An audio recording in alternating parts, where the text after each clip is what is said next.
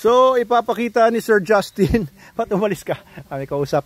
Etong ating organic farming dito. So, dito sa Manalo Resort Hotel, syempre meron tayong ino-offer ng mga food.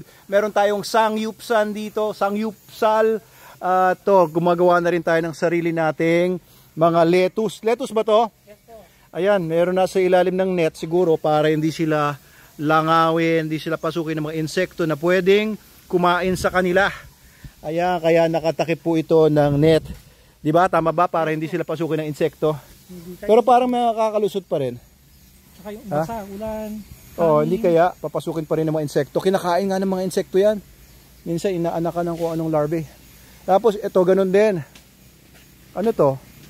Nakatanim lang po nito, another batch. Another batch ng lettuce din. Ayos. Ikaw ba nakakaalam kung anong stage of growth nila, Miss Si Ma'am Jeline po. Si Ma'am Jeline. Nagtanim dito. Papunta dito. Eto, meron dito sa likod. Ano naman to? Parang mga din.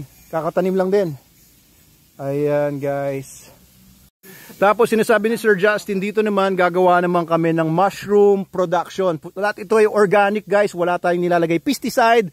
Wala tayong nilalagay ng mga iba-ibang mga synthetic fertilizer. Anong fertilizer lang nito? Wala, no? Wala. Wala. So, ano lang. Lupa dito, eh. Maganda lang si lupa dito. And, syempre, TLC. Tama ba? TLC na lang ang fertilizer dito para tumubo ng mabilis. Ayan, sila ang yan. So, ito yung mga, ayan yung mga may kasalanan dito kung anong ginagawa dito sa ating greenhouse. Ito, si Ma'am Manilyn at saka si Miss Lynn. Ayan, sila ang ang tawag sa inyo? Plantitas. Plantitas or horticulturist or agriculturist. Ano to? Ang gagawin niya dito? Pausok to para hindi po tayo mag-spray. Pausok. Papausukan ninyo yung mga para bawas sa umalis yung mga insekto. Ayan. Oo nga. Tapos ikaw daw marunong ka daw gumawa ng mga production ng mushroom? Yung kapatid ko po, nagtulong po kami. Oo. So, para saan ba yung mushroom? Anong magandang naidudulot sa kalusugan nun? Yes naman, Dok. Oo. Anong yes? Ano nga magandang naidudulot nun sa kalusugan? Madami po. Madami? Opo. Kasi si Super Mario Brothers pag kumakain ng mushroom, di ba, nakakadura siya ng mga apoy? Diba? Yun, di ba? Alam niyo ba yun? Lumalaki.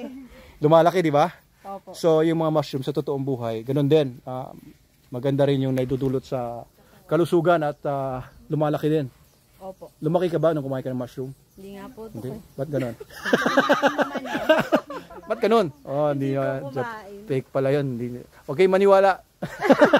So, hindi gagawa tayo ng mushrooms dito, lettuce. Ano pa naisip nyo gawin dito ng mga natin, gulay-gulay? Madami, sir. Kaya dami? Ang inanong po namin ngayon is yung, sabi nga po, yung gagamitin muna sa yung gagamit sa cafe. So, lettuce yan. Ano pa? At saka mustasa, Mustasa, pechay. Ayan, mainit dito. Opo. May talong na rin po, kamatis. Talong, kamatis, bawang at luyas. Sili na rin, di ba? Opo, Sili. Ayos, oo.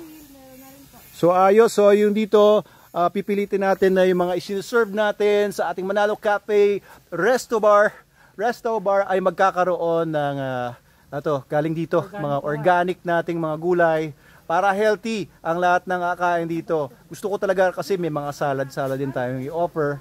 Tapos, ayun, wala nga pesticide. Ayan.